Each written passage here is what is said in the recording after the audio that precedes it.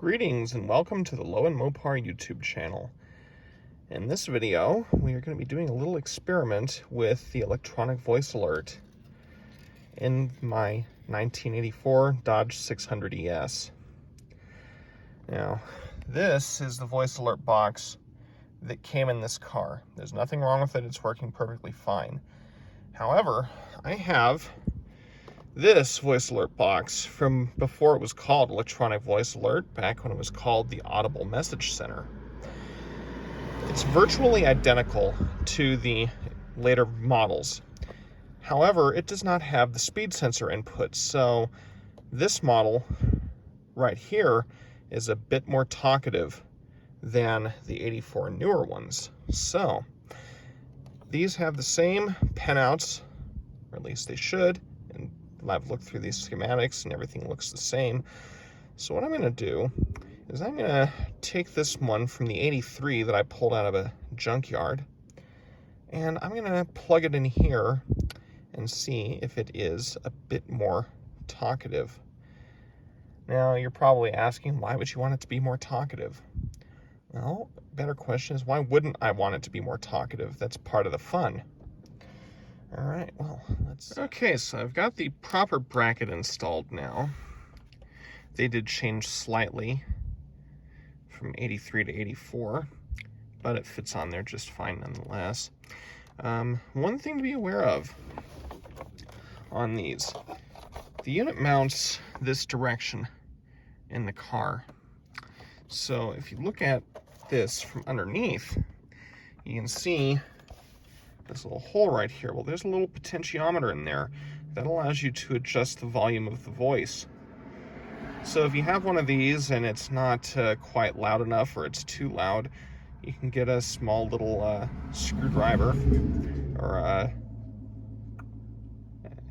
spudger or something like that to put in there, and you can actually turn that little screw potentiometer in there and you can adjust the volume up and down.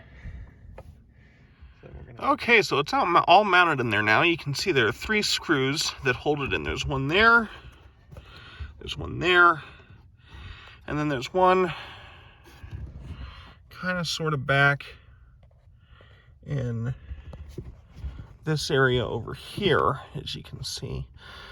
That's a bit of a tight squeeze, but there's only 3 bolts. I had to change the bracket because on 84 newer, they mount here.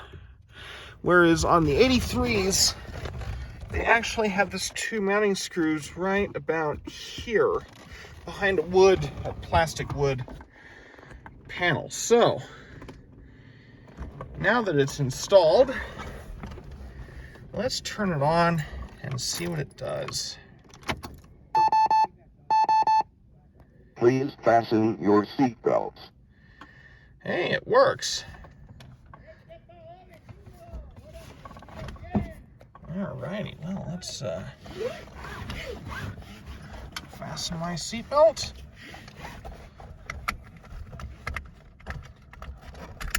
Thank you. Alright, so now, if I start the engine,